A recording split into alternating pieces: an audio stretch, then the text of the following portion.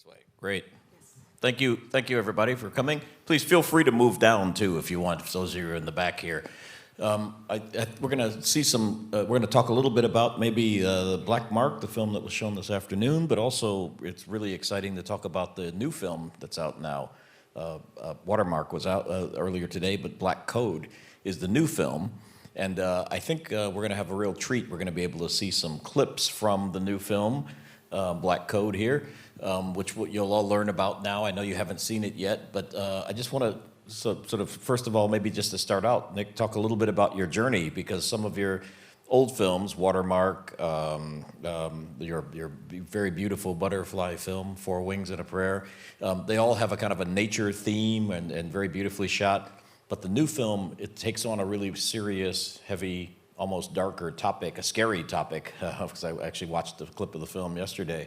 Tell me a little bit about why you decided to do this new film, and maybe even tell the audience a little bit about what they'll be in for seeing. Sure. Welcome, everyone. I guess in a way you're asking me to psychoanalyze myself. Of why I made this choice, and sometimes I find, at least in my case, these things are much more intuitive, and I don't always know why when I'm first intrigued or interested by a story or a topic, what it is that is resonating with me until I get into it a bit, and maybe not even fully until the position I'm in now, where it's after the fact. So I'll try and take a stab at it. But you're absolutely right. If you think of a film like Watermark, if anyone from here has just seen that, it's a very contemplative, experiential attempt to try and open up people's consciousness around environmental issues. And formally, it's really meant to be different than a lot of the media that we all consume all the time, from all of our sort of quick hit Facebook type posts that we might share around on a topic like this, to even more polemic, discursive films or TV shows, like more Discovery Channel narration, experts talking at you all the time. This is meant to be the opposite of that. A film like Watermark, it's really meant to give you room to have that dialogue in your head with yourself.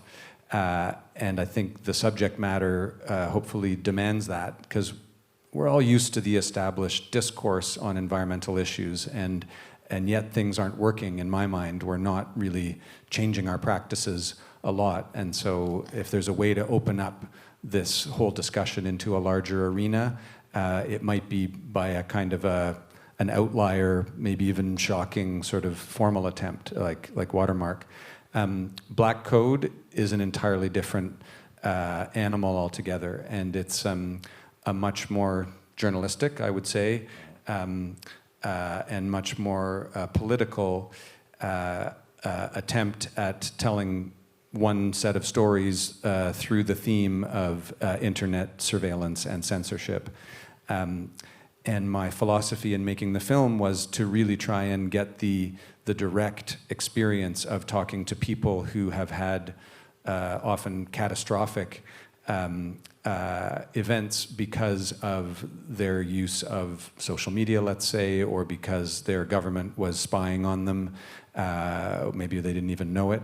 And so for me to apply some kind of more complicated, stylized filmmaking technique or camera work on top of that, in my mind, would just dilute it. So it's a much more direct subject. In Black Code, it's a very immediate and present subject. And so as a filmmaker, I just tried to get right out of the way and let those stories be told as much as that is possible. So with Watermark, often you can see we put a lot of effort and resources into really getting the shot that would take you there, that would make you have a visceral experience of the scale of the Genie Dam, let's say. And in Black Code, all of my efforts were put into just getting to these places. And I filmed in Pakistan, and I filmed Syrian stories from just over the border in Jordan. And often I was filming in places that were really difficult for me to film. The stories were sensitive to the local governments. I would have to travel with a small package, like a camera package, as though I was a tourist. I think I was ready for a new challenge, because mostly the kind of work I do, certainly as a cinematographer, is more like watermark. And I was happy, to travel with a small camera and not 10 heavy cases, but also just to really be more nimble and agile in deference to a story that I didn't need to generate in the way that we did on Watermark. Yeah, the Black Code basically jumps right out of the headlines of today's newspapers, which is why it's so immediate and, as you said, more journalistic. I mean, what was the genesis? Was it a book, or were you it was a conversation, or how did you get the topic at first? Black Code is the name of a book that's written by the sort of main subject of the film, who's a professor at the University of Toronto, whose research lab, through affiliates all around the world, they do a lot of research into malware and spyware and government spying and censorship, especially around human rights issues.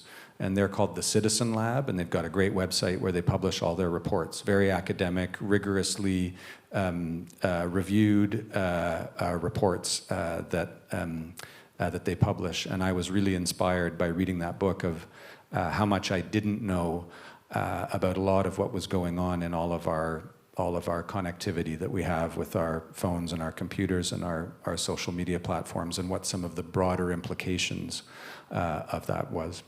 It's such an important topic. When you first saw the book and got inspired by it, I'm curious, I mean, because you're a cinematographer, I mean, filming the environment is great because you've got great scenes in front of you. With this one, did you see a different challenge, how you turn this interesting book into something visual?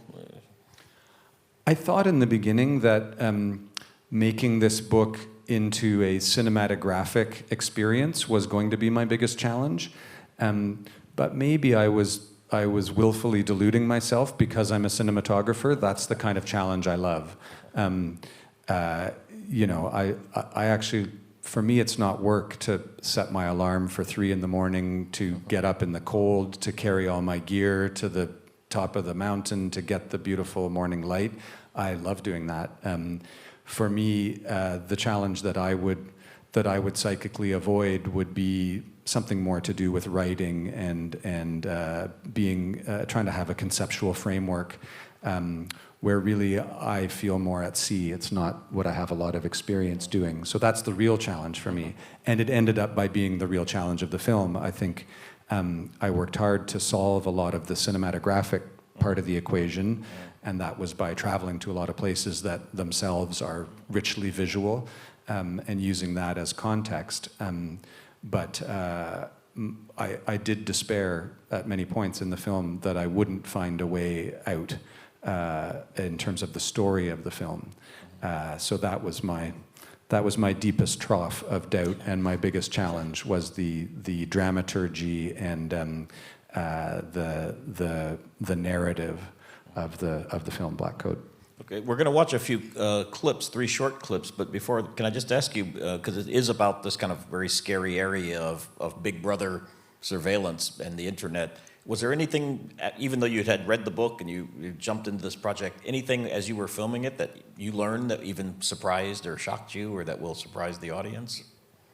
I would say almost everything I learned making Black Code both surprised and shocked me, and I think that's why, starting with the book, I was drawn to the topic. I'm not an internet expert, I'm not a computer expert, I'm not a computer engineer, but I'm a heavy user as a filmmaker, and obviously I'm always researching, and I have a lot of contacts, and I'm a media guy, so I kind of thought I had that world scoped until I read Ron's book. And around the same time was when the Edward Snowden revelations happened, and all of a sudden what I was learning in Ron's book, a lot of people started to think about and talk about, and it started to be part of the news. So it wasn't because I think Ron, the professor, had been sort of a voice in the wilderness, a lone voice, or one of a few for a long time. And now I think it is really top of mind.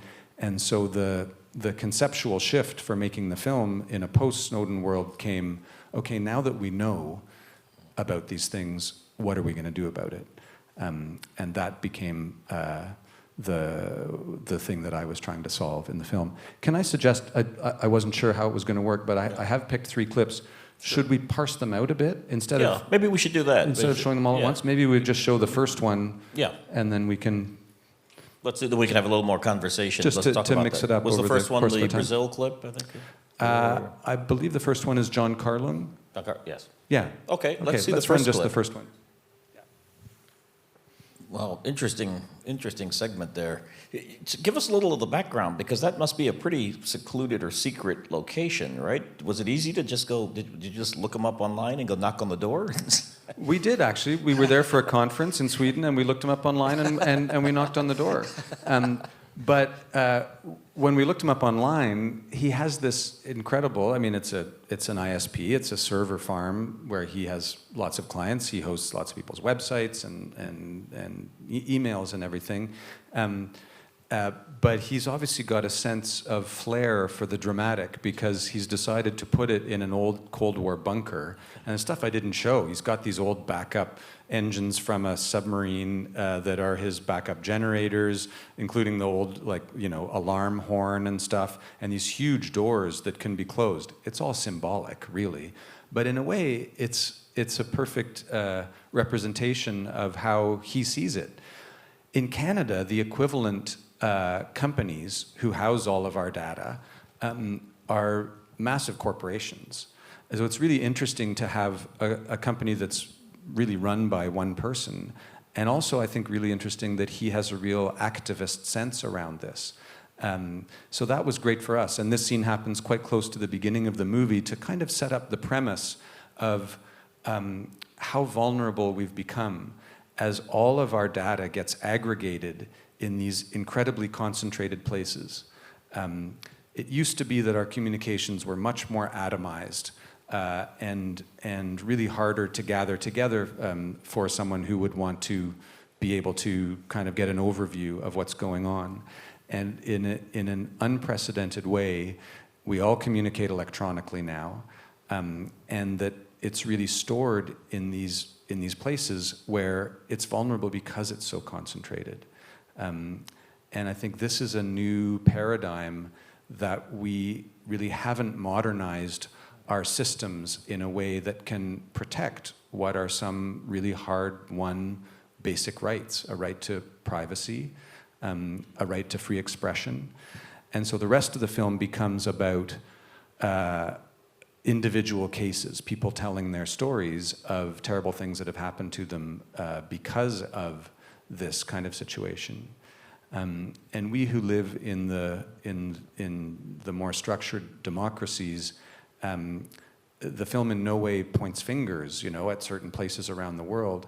It's really that a lot of these things are happening in our own societies. I know, Canada and the Citizen Lab does a lot of research into the sort of government structures and also the practices of the security agencies of Canada and the US and Britain, as well as different places around the world.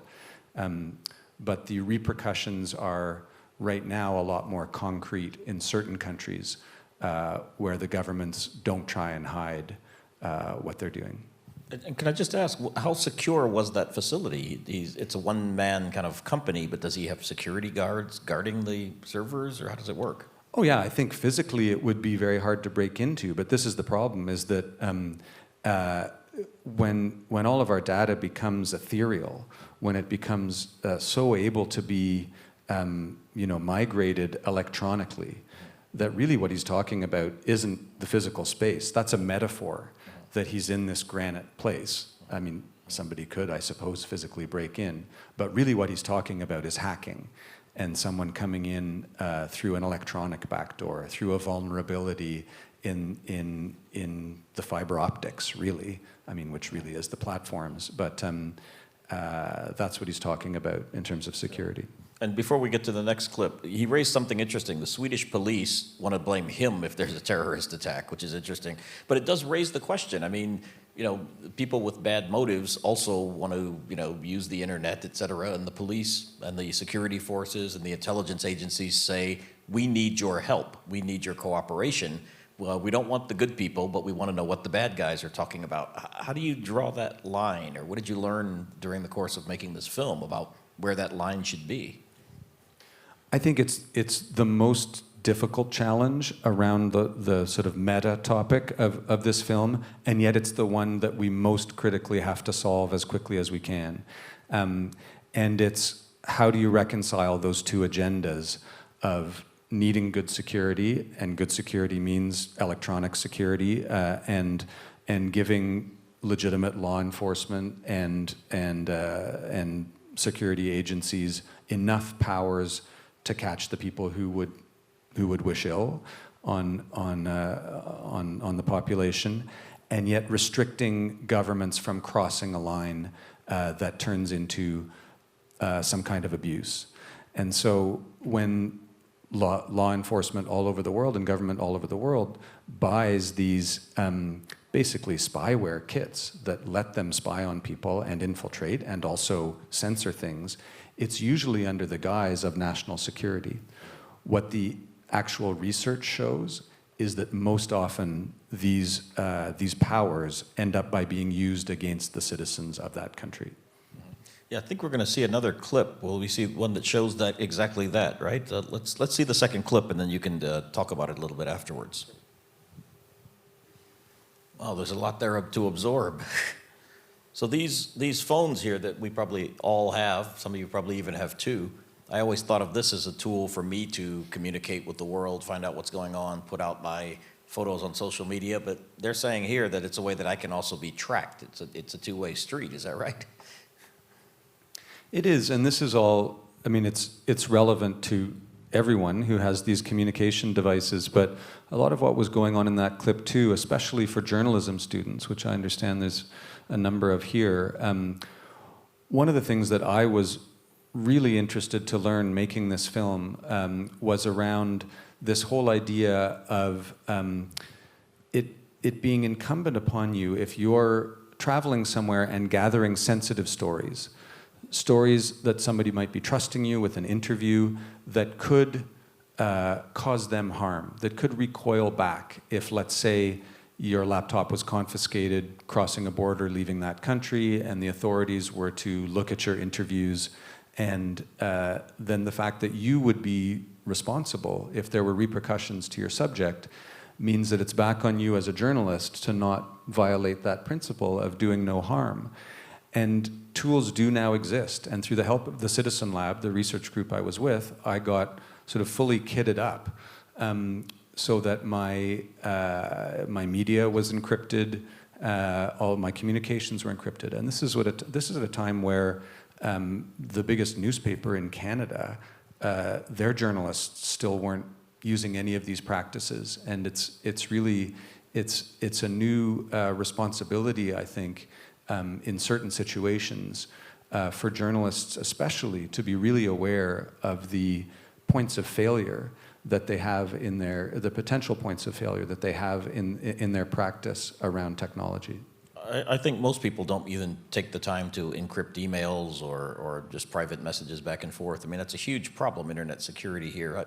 How do we raise people's consciousness to I mean, people may change their passport every once in a while, but you know, you've got to do more than that, correct? Yeah, how do we raise people's consciousness? I mean, when you start to look at how daunting that is,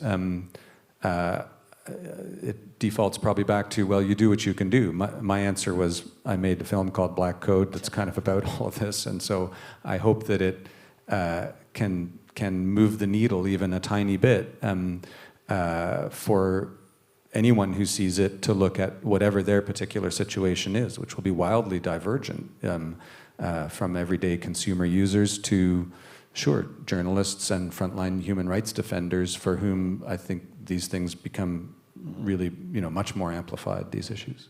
Now, the modern mobile digital technology has enabled us, for example, to see police brutality in the United States.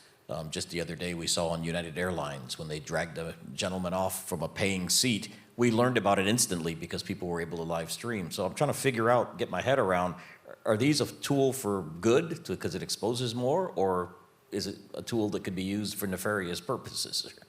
The answer is yes. Really, that's the situation that we're in.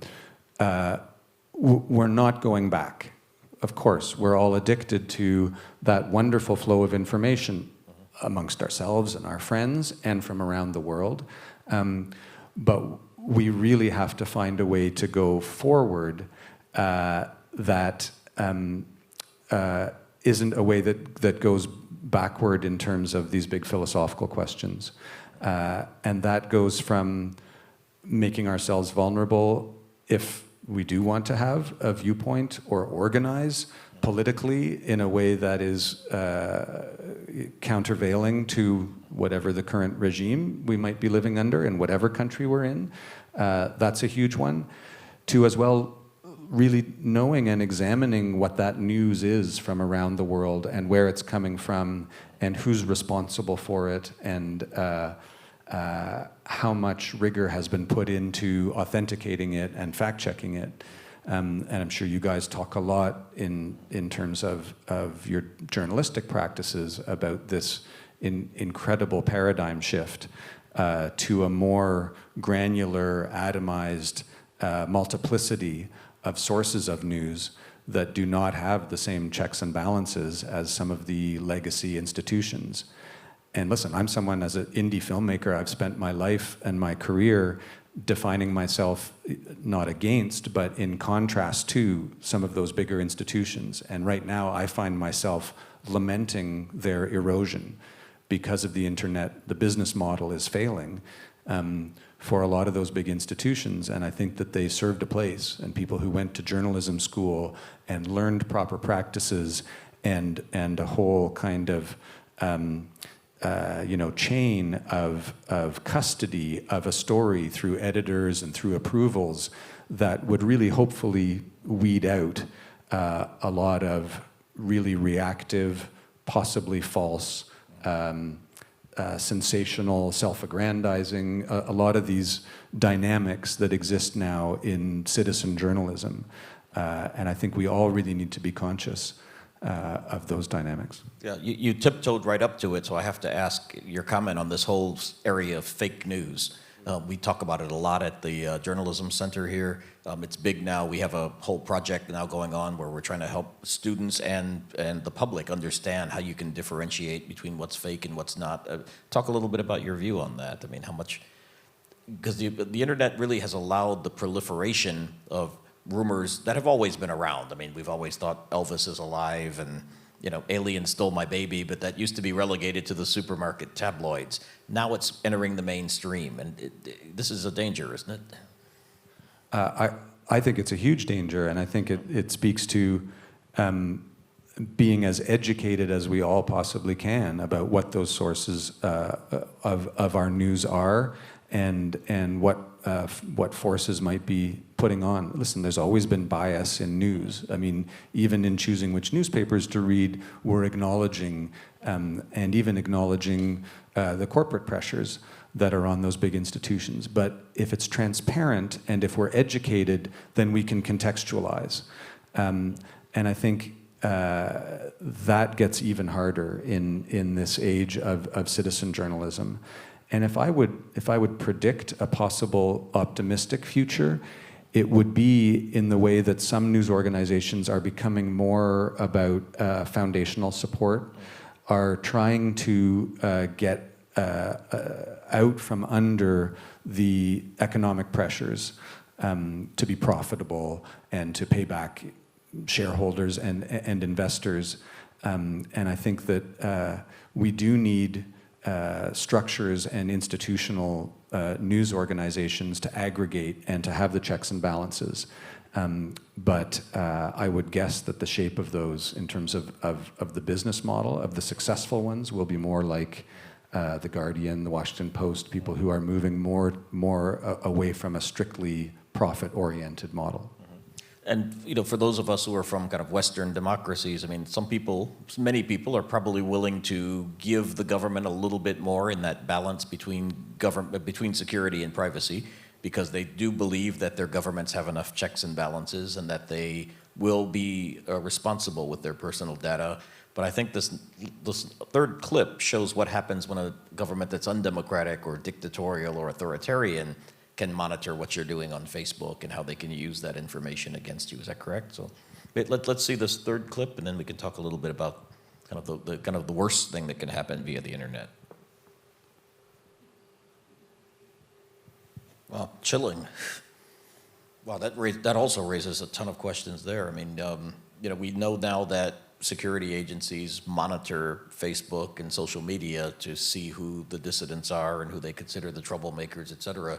So, but we're kind of just used to putting everything out there about our lives, not knowing that it could be collected and swooped up. I just saw even the new Trump administration in the U.S. said they're now going to start looking at people's social media before deciding whether they can get a visa to go to the United States. I mean, how dangerous is this now that we put so much of ourselves out there online, and then it could be used against us? This is exactly, it's the crucible of the question that the film is trying to get people to answer for themselves. Where is that line between freedom of self-expression and exposing yourself, because it's just so public, right? And how do you narrowcast your views when it's more appropriate to do that than have your views be available to everyone? Sometimes you really just want to talk to your friends or your colleagues or your collaborators in a way that you don't want to talk to the whole world. But I think we're getting very confused about how to use our voices because of this extremely public nature of how we're expressing ourselves more and more. We should make sure we leave time for questions as well. I'm sure you're monitoring. No, absolutely. Well, really just one or two more from me, and then we're going to open it up so you guys start thinking now. But when the internet first kind of became really prevalent, one thing that was interesting was a lot of us, including myself, predicted that this was going to be the fall of autocratic regimes when people had this empowering tool of social media. I mean, I think the Arab Spring, initially people called that the Facebook revolution. I mean, what happened to that? I take a cue in my thoughts on this from Professor Diebert, who has spent his entire career tracking these vectors and thinking about their implications. And at points, I became very pessimistic about the future and some kind of structural bent towards totalitarianism with so much power available in terms of controlling the message and rooting out communications. I think that we all have to remain hopeful, even if we're pessimistic, and try and leverage that hope for positive change. So if you're asking me to predict the future, I think that would be a mug's game, so I'm not going to do it. But I'm grateful to have Professor Diebert's perspective that he is still hopeful, that there's still a choice to be made that might enable us to keep our wonderful free flow of information and communications without having this dark shadow come up because of it all. But that it's not going to happen by itself. It really, with all of the agency that we get with these devices, with all of the learning that we can have, with all of the expression that is now possible to us, I think comes the responsibility to be very mindful about how we're using it and how we can direct through our choices what that future will be.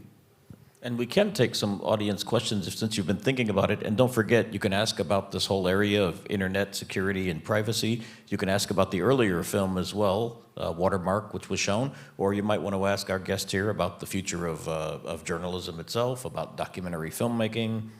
And I'm sure he's able to answer any questions you want about Canada, too. So, Do you want to take, and if you've got, I've got some more too, but if I'll intersperse if you guys aren't raising your hands, and I see some of my students out here in the audience, so I know we'll have questions because they're smart journalism students.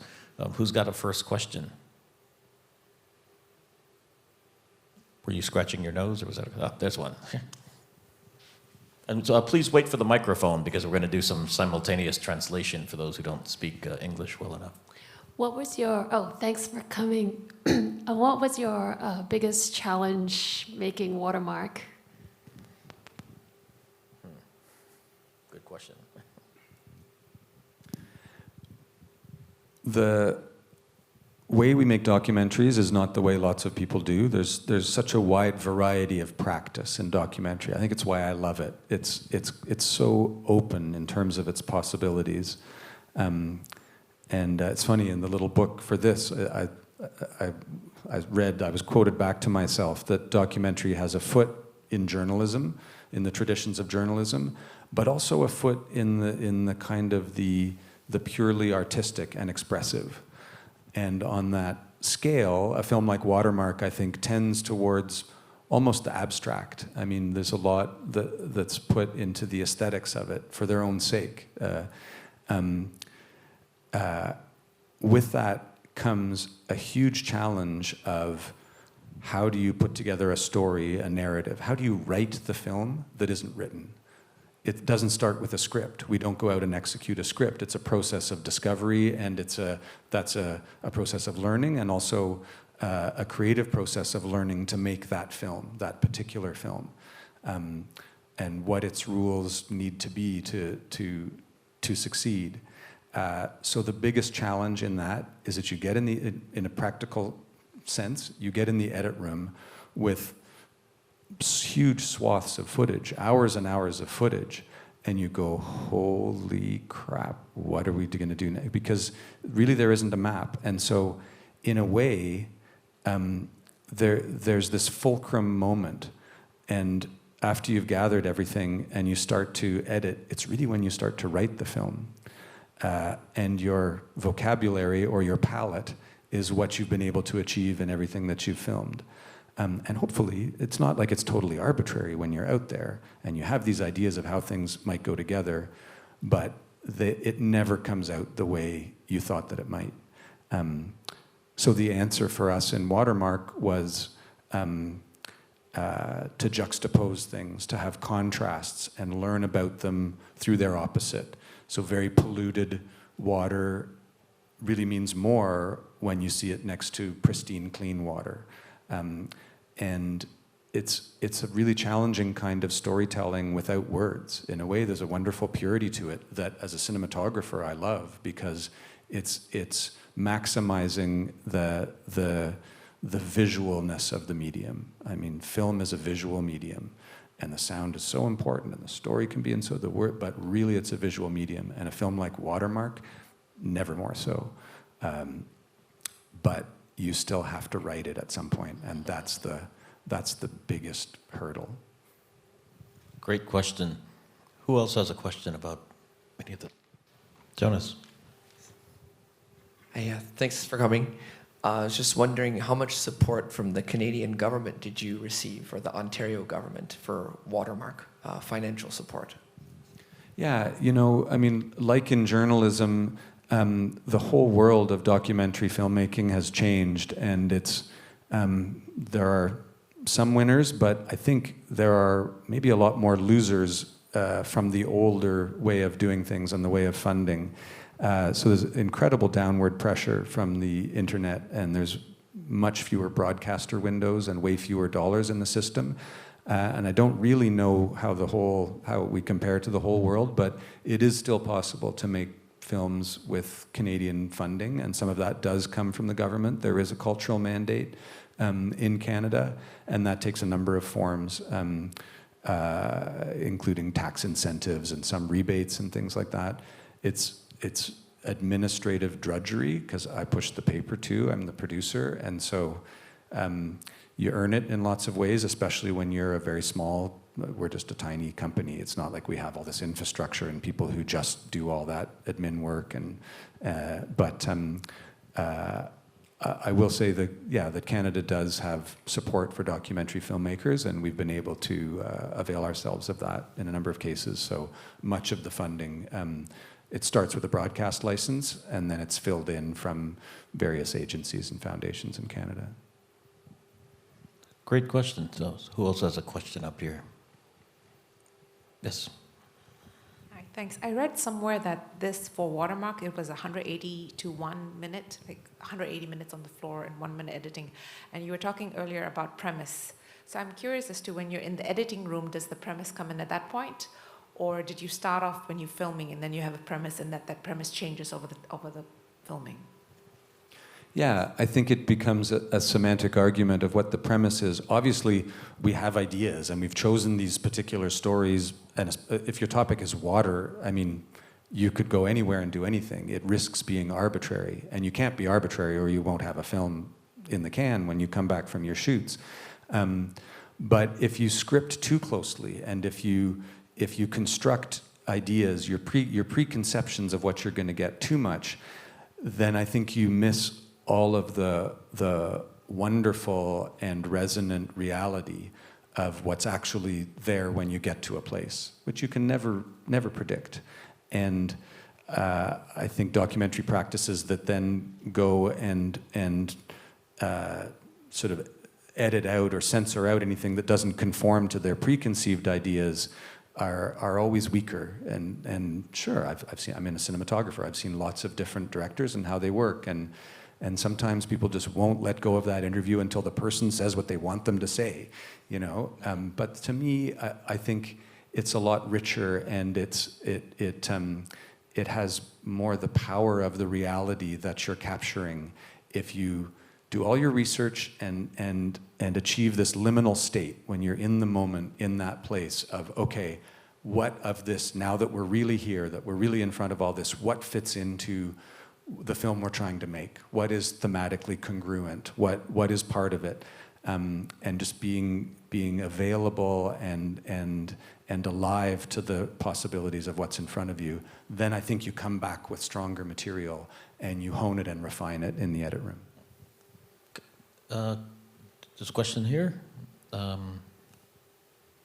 Maria Cristina. Thank you. I was wondering what you wanted people to think and feel after watching Watermark. It's a good question, and I hope it's not a cop-out, but my answer would be that the answer to that question would be as different as there are individual psyches in the room who watch it. And when I said before, it's interesting that we collaborate with a photographer, I think, and Ed Bertinsky's photographs, if you see them, they're incredibly high resolution. They have really high production values. And when you stand in front of one of them, they're really big. You can get lost in it. And yet it's a static two-dimensional thing. And so if you've ever, like I have, been moved standing in front of a painting or a work of art, it's not throwing information at you.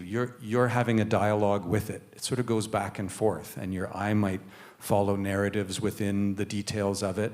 And I think the rhythms and the pace of a film like Watermark are meant to replicate that experience, so that some of it, like my kids watch it and go, "Dad, that's really boring," you know.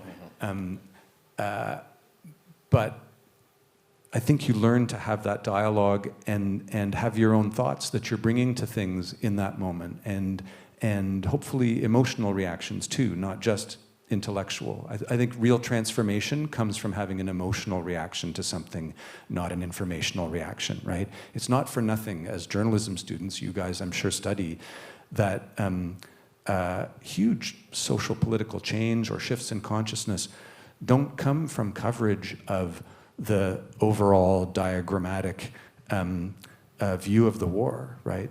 They come from that one boy on the beach. They come from that one iconic image. We can think of tons of them through history that become your particular way in to a much bigger, complex story. And I think if you try and start with the complexity, you'll never ground people. You'll never find a way in. But that emotional response to something, often then makes you available to want to know more about the greater story, the conflict, all the complexity, and to at least try. Okay, we have one question here by the camera, and then second question there. So 1, 2. Hello, I just want to ask whether you encountered any ethical issues when making Black Code. For example, getting the citizen group to open up about what the Swedish government told them not to do, and how you overcame those problems.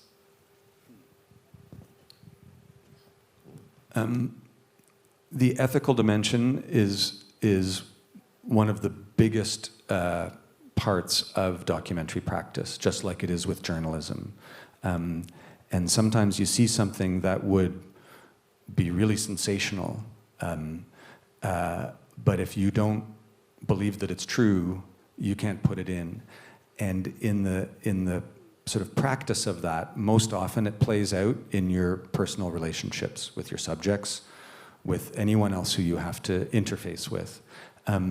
So yes, there are ethical questions and problems all the time. And just like to tell the story creatively, you have to put yourself in that state where you're really available to be responsive to things. I think you always have to be in that ethical state of being aware and mindful of what's going on and what the relationship is. You know, as soon as you have a camera, you have incredible power, right?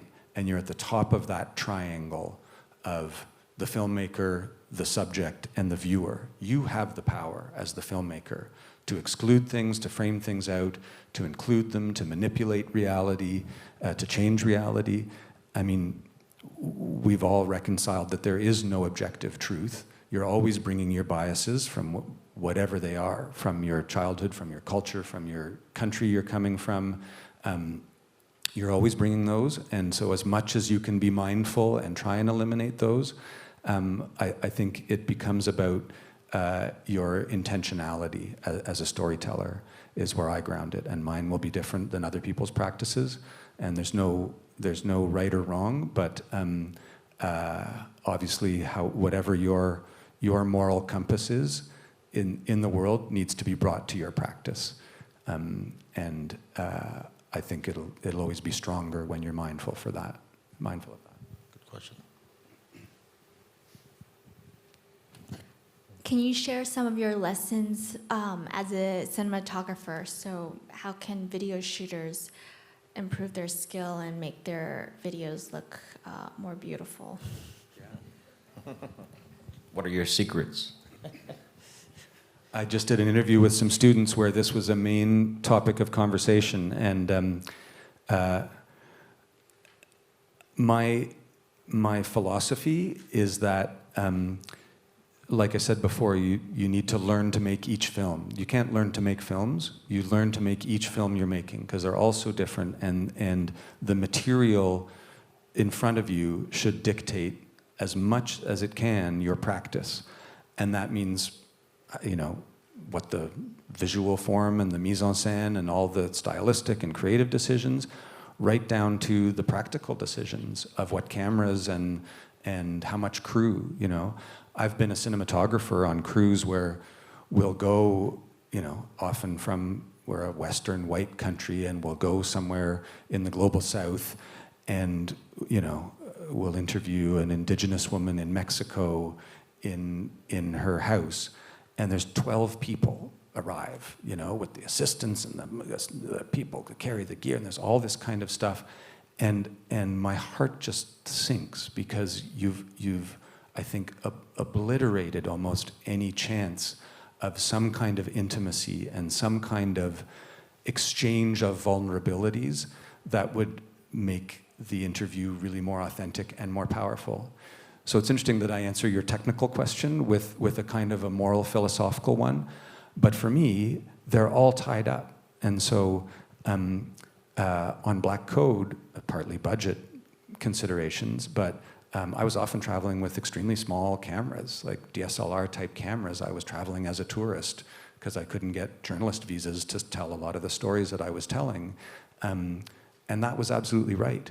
And so the visual style adapts. Whereas to go to the Genie Dam with a little DSLR, you're just not going to get a sense of the scale of that. And so, I mean, technology changes so quickly. Obviously, you should master technically as much as you can, whatever your practice is. Try it out if you're a student or you don't have a lot of experience. Boy, as a cinematographer, the mistakes that you learn from are really hard won, and that what makes you a good cinematographer is making those mistakes, is having that little button in the wrong position for the interview so that the good mic isn't where, you know, you get home. And as much as you can make your process transparent, you'll be a better creator. So whatever that means for you, it's the camera you're comfortable with. It's practicing and practicing. It's doing it, you know, as a mock. It's testing before you go into a challenging environment, because it gets real very quickly. So if you have a new camera, interview your friends, like, you know, a bunch with it, and edit the footage. Really, like, look and try and grade it and get to know all that. As much testing as you can do. But also, yeah, philosophically really think about what the best equipment is for you to be using in this particular film. It's about as far as I could go in advice without, you know, the answer would be as different as all the different scenarios. There's one in the back. Purple? No? Oh, no, okay, one over here. Hi, I was quite impressed by the theme of the construction of the dam in China, and I'm sure that might be hard negotiation when you were trying to shoot them. So my question is that, did you meet any difficulty, or was there any compromise you have to make when you shoot the construction scene? So that's a very long and interesting story, and there was another film before Watermark that my wife Jennifer, who's one of the directors of Watermark, made, that I produced, called Manufactured Landscapes. That was kind of how we met the photographer Edward Bertinsky, who was doing a photographic essay, and we made a film about him, and we all became friends, and we're making a third project now. We work together a lot, but he, through a producer who's now lived in China for more than 25 years, does an incredible amount of work gaining that access and gaining that trust. And when I said before about an exchange with your subject, it's interesting that even that can play out in something like the huge corporation that builds the dam. Same company that built the Three Gorges Dam builds the Genie Dam in this case. And it was interesting, they welcomed us wonderfully, and because all of that negotiation had happened beforehand, and we trade photographs, we trade footage. If you go on their website, you'll see footage that we took, which helps them. But it's interesting, the head of that whole company came while we were there, and we were at least 10 days. It was, maybe not, maybe it was about a week, but so intense. And they gave us 2 vehicles, they put us up. I mean, it's a remote area, there's not a lot of tourist infrastructure there. They really helped us a lot. They were wonderfully generous. And the head of the whole company came, and we had a big dinner with lots of toasting and sort of a big sort of official dinner with all of our crew and all of the top people from the company. And he said, you know, we're engineers.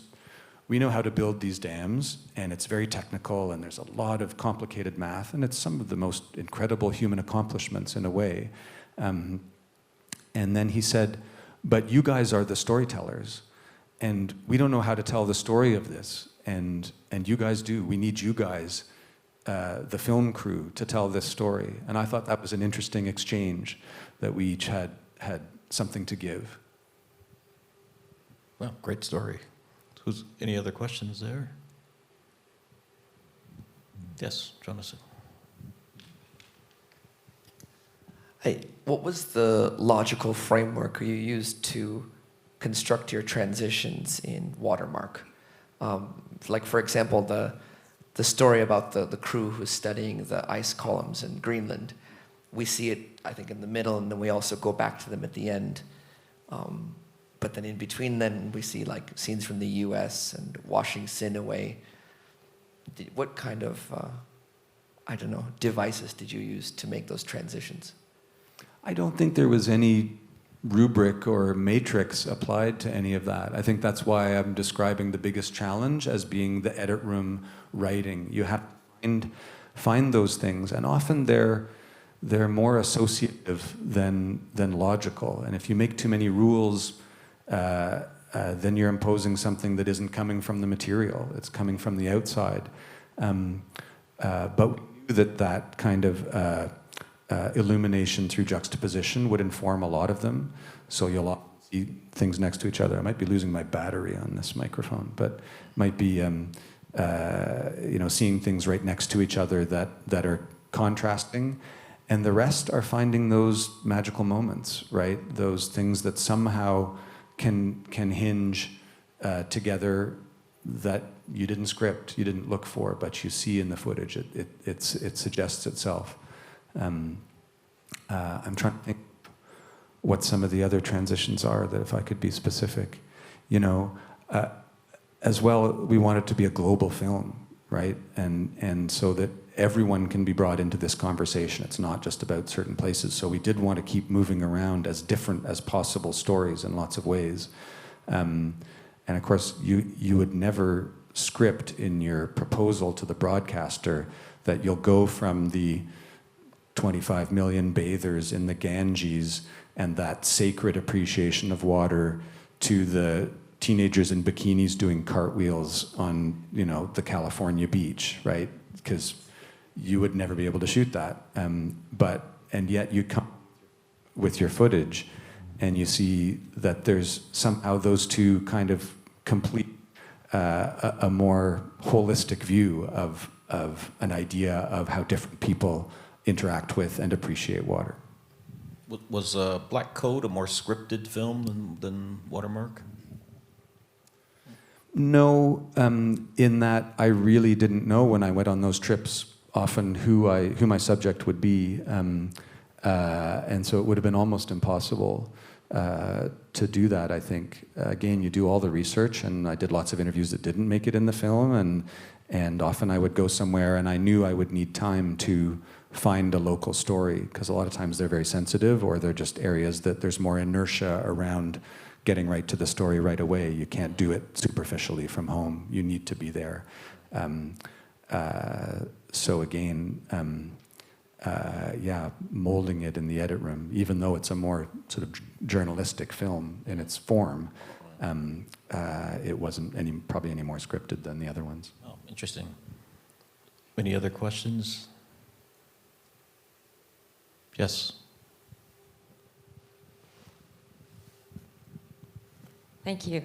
So between being a cinematographer and a director, what sort of change in mindset? Can you give us a little insight about, which you do find more fun, more challenging?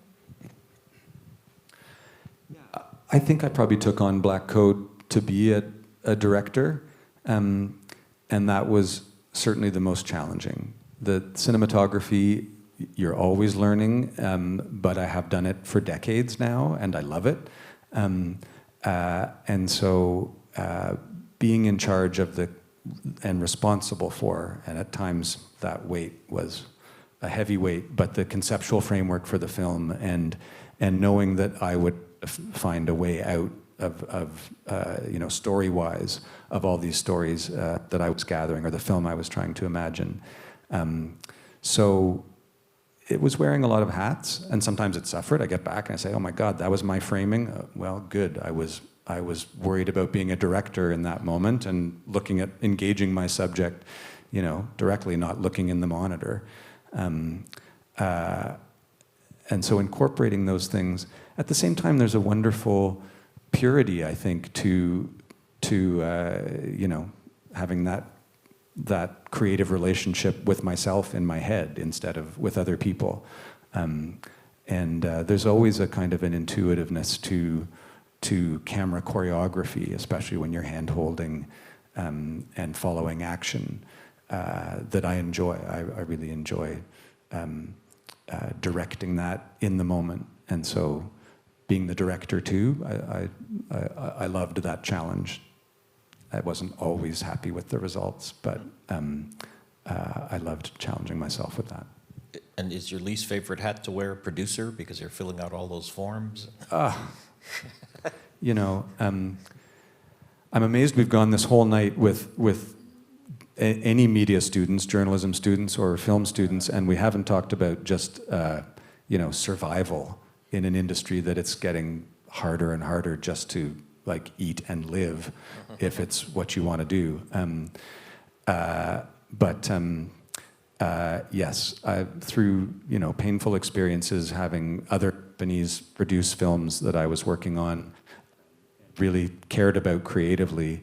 I also take on the producer role and do the administration, and that's from no love of any of that, but just to be able to not have other people control the message or influence the story, and so it's a means to an end, a sometimes painful one, but yeah, one that I take on willingly to be able to make a film like Watermark that would just never be made in a commercial environment if a broadcaster was, you know, having their input. Well, great. Any other questions, including about the future of the journalism industry? But I might ask the question: do you despair when you see what's happening in the journalism industry now, or on the other hand, there are a lot more access points or avenue points for young people to get in, even while the legacy organizations are dying? I mean, how do you see the future? Are you an optimist or a pessimist? I mean, I look at where I am now, and I have this incredible privilege to make films, which I also count as a responsibility, to try and make films that are issues-oriented and hopefully that matter in some way. And I say, boy, I sure wouldn't want to be starting out now. And yet, if I had known some of the challenges and difficulties when I was starting out, when I knew nothing about what those challenges were, I just had this idea that I wanted to work in this because I liked it, and didn't really have much more consciousness beyond that. And so, I mean, I found a way to make it happen. For me, that's even producing the documentaries. They don't pay the food and the rent. I run around with my camera and you know, work on other people's shows in between, or if my wife's more in the edit room for a long time, then I'll go and do that sort of freelance work. I find that as a solution. I think people who really want to tell stories, and the world needs people to tell stories, will find a way, and it's not a way that I know now. I'm a bit of a dinosaur. I make these long-form documentaries. We were talking in the taxi on the way here with one of the students. Don't discount the beautiful, poignant, poetic short film, a 3-minute film. And social media has so much more penetration now, and that can have just as much effect and tell just as important a story as something like this, which probably will dwindle in importance in the face of that. So there are so many possible futures that, yes, I'm optimistic and hopeful. Do you think you might ever make a film for mobile only, or a short Facebook film? I do. Actually, it's funny. I have a friend who's a physician, and we made this YouTube channel of short health films, animated health films. And now I go on these panels about how to make viral videos, which is like so ridiculous. Like, how do you make a viral video? There's no formula to make a viral video. But we had this sort of big success with these very simple health messages. And I realized, yeah, that's an interesting shift. And I would love a lot of these projects to be completely unburdened from the commercial expectations of films. Like a film like Watermark, I just hate that it kind of has the same path as a Tom Cruise Hollywood action film. Hey, great to have, you know, studio Hollywood films, but should there not be some sort of different expectation for these things? And sure enough, I think more that's how we fund like the little health films we do. We get them out for free, as widely distributed as possible, for free, no expectation of any money back. You know, that's the film like Watermark. It's supposed to make money for the distributors, and it never does make enough or anything, you know, because it's more of an art film. It doesn't mean that I don't think it should be there, but I think that what films are made and how they're made will shift based on that. And I think more of a sponsorship model, like I was saying about news organizations, I think might rush in to fill a vacuum in the kind of the business plan of all of these things, of filmmaking and of journalism. Who's got some final questions here? I know you haven't exhausted all of your thoughts. Yes, right here in the front.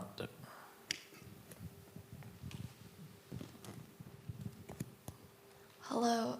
So you talked about the visceral connection that you're building with a narration and watermark using visual images. So perhaps you could talk about the storytelling, the difference between storytelling and narration between cinematography using visual images mainly as the vehicle to bring about a story, and that of what is more in Black Code, the arrangement of perhaps interviews, or what other elements in documentaries?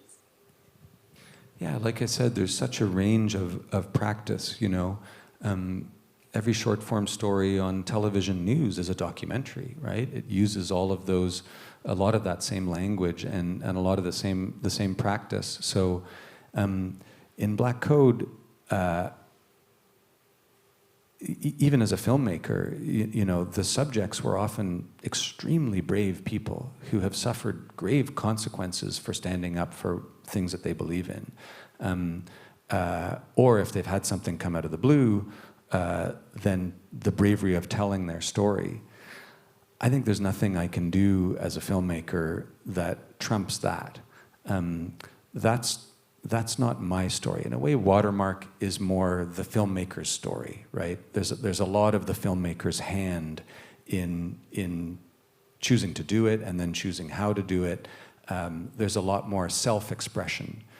And so I think, again, if you take a cue from your subject, in terms of the bravery of their words, of the fact that they're sharing and going public with something that is sensitive in the cases of my Black Code subjects, and then the sort of intensity of the story, I just want to get out of the way of that as a cinematographer and as a filmmaker. I want as direct a connection with that person and that story as an audience member can have, I think becomes my job.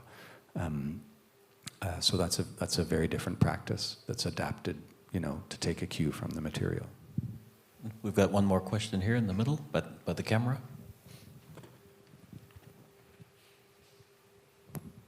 So you mentioned you have a YouTube channel with your physician friend making animated health films. Can you tell us what the channel is and what's on the channel?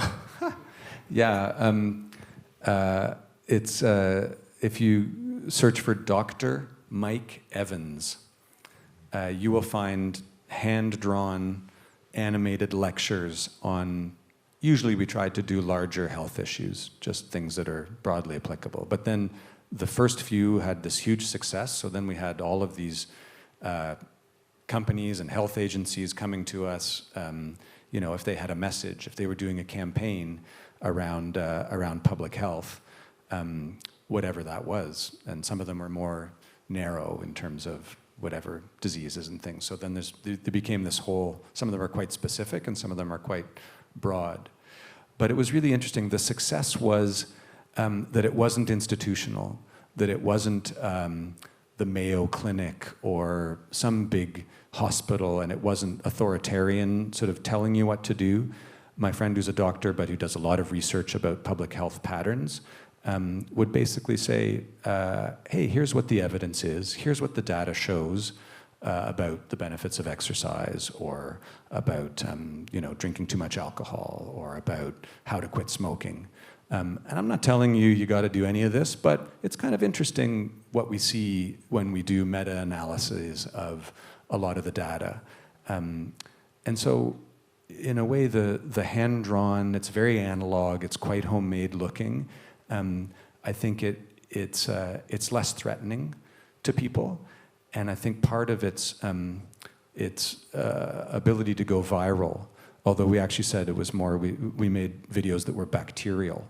and they transmitted like that, was that they were really shareable, and people would send them to their friends, you know, and sometimes they're a bit funny or whatever, and then the specific ones is like, oh, I have a friend who is having a knee replacement, you know, or their grandmother's having a knee replacement or hip replacement. I'm going to send them that, you know, and it was the shareability. I think they were very accessible and intimate and shareable, and that turned out to be a very successful way of sort of telling those stories.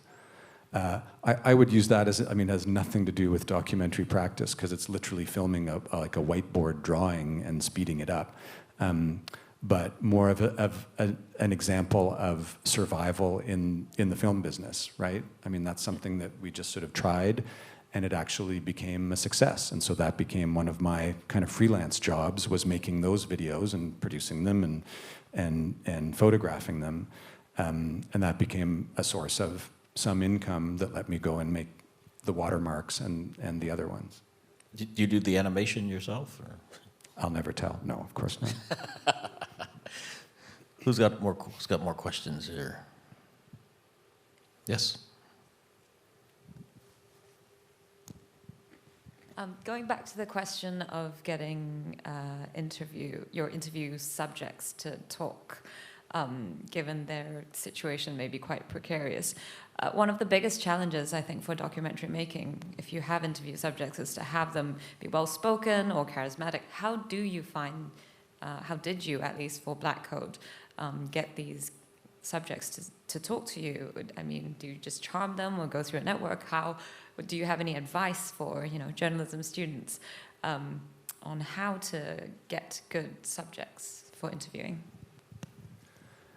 That is a great question, because so often an interview subject who might be the leading expert in the field, I mean, just casting it much wider than Black Code. I film a lot of nature documentaries. I interview a lot of scientists, or who might be, you know, otherwise on paper or on the superficial Google part of the research that you do, might be, hey, this person would be great. You know, I read this thing that they wrote. But you're exactly right. Not everyone has some kind of presence in front of the camera. God knows I don't. I'm a terrible interview subject, right?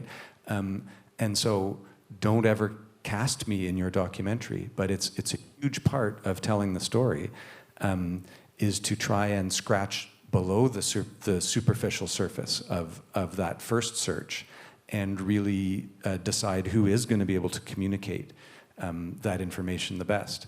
And for that, there's no substitute for meeting in person, I think. And so when I went to a number of internet security conferences, that was a gold mine, because I could meet people. They were often given speeches, or there were workshops or seminars or things that I could go and say, hey, I researched that person. They're really smart, or something's happened to them that would be interesting for this story. And then I could go and see them. And then otherwise, sometimes you just don't know until you get there. And Wajd Dini is a perfect example where I went to Jordan, right by the Syrian border. I was sure that the story was going to happen in the Zatri refugee camp, which is this incredibly huge camp of Syrian refugees. And I spent a bunch of time in there and met a bunch of people, and nobody really clicked. And then we went to a lot of media organizations, which were basically pure propaganda arms for different factions in that incredibly, you know, tense and disastrous situation of that conflict. And it was really hard to find someone who I really thought was authentic, because their agenda was just so front and center. And this wasn't meant to be about that. And then I thought, oh boy, could I make the film about that? How everyone, you know, is manipulating these platforms that can be quite benign in another context, like one of the Citizen Lab researchers says, but in the time of conflict become, you know, a completely different thing. Facebook becomes weaponized in a situation like Syria. And in the end, I thought that was too complex a story to tell in one. That could be a wonderful film in and of itself, and a great way into looking at the Syrian conflict. And so Wajd, who is a journalist and a colleague, who I ended up by spending a lot of time with there, just emerged like he was a guy, like his story was actually really a great story. And plus we had a rapport and a trust, so that it was at his uncle's house in Irbid in a northern city where he had lived. His family this was right at the time when the news started to pay attention to the migration. It had been happening for a long time, but all of a sudden, front page was all of the millions of refugees and the route they were taking, mostly to go to Europe, and all of their challenges. Well, Waj's family was doing that trip while we were there. I thought maybe that would be a story too. And in the end, there wasn't room for really just him telling in this very understated way his incredible story, one story that belies all the other ones that are happening. So that was the choice that I made based on exactly what you're saying, right? His ability to be the communicator of that. When I got there, I rejected a lot of my other possibilities in favor of that, just on an intuition.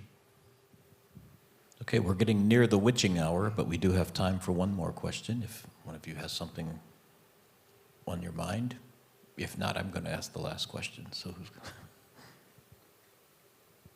no more? Well, I'll ask the last question. Just for the young filmmakers here, just what piece of advice or pieces of advice can you give them as they venture out into this thing that you've successfully conquered over a couple of decades? Just a little advice for them, buck them up a little bit. I mean, I'm not a film teacher at all, and I guess I would believe there are no rules in filmmaking. You should stay as open as possible and then create your own rules as you go. But one of the sort of mantras that I've heard that I think is helpful, whenever you're contemplating a project, a film project, if you can really robustly answer two questions, then I think you're onto something and can keep continuing. And the first question is, why this film? Why should this film exist? If you're contemplating a film, does the world need this film? Lots of film students, lots of filmmakers will make a film that might be extremely personal, highly personal, and sometimes that's fantastic if you are going to use really, write what you know. But sometimes it's really indulgent, So does the world need that story? Really answer that from as many different perspectives as you can. And if you think that this film should exist, then move. And then the next kind of the corollary to that is, why you? So if you say that this film should exist, but it's a film, about some highly complex thing or something that would be really hard for you to get access to based on your resources, or really would require a bigger budget, all the different ways that you can look at that. Why should you be making this film? I do it all the time. Really test yourself on that, and live with it for quite a while. I mean, in practice, these films are their gestation periods are long because no one's going to write you a check quickly. In fact, there's a lot of work you got to do just to get a kind of a proposal and a concept that is right. So you're going to live with this for a while. And I know I've rejected lots of films. I've had lots of films rejected from the outside, but I've rejected lots of films early in that process, just really by saying, yeah, you know what? I don't think I have the commitment to this topic. I'm sort of interested, but I don't think I have the commitment to see it through. Why this film? Why does the world need this film? And why you? Why are you the one to make this film? And if you can answer those, go make that film. Do it.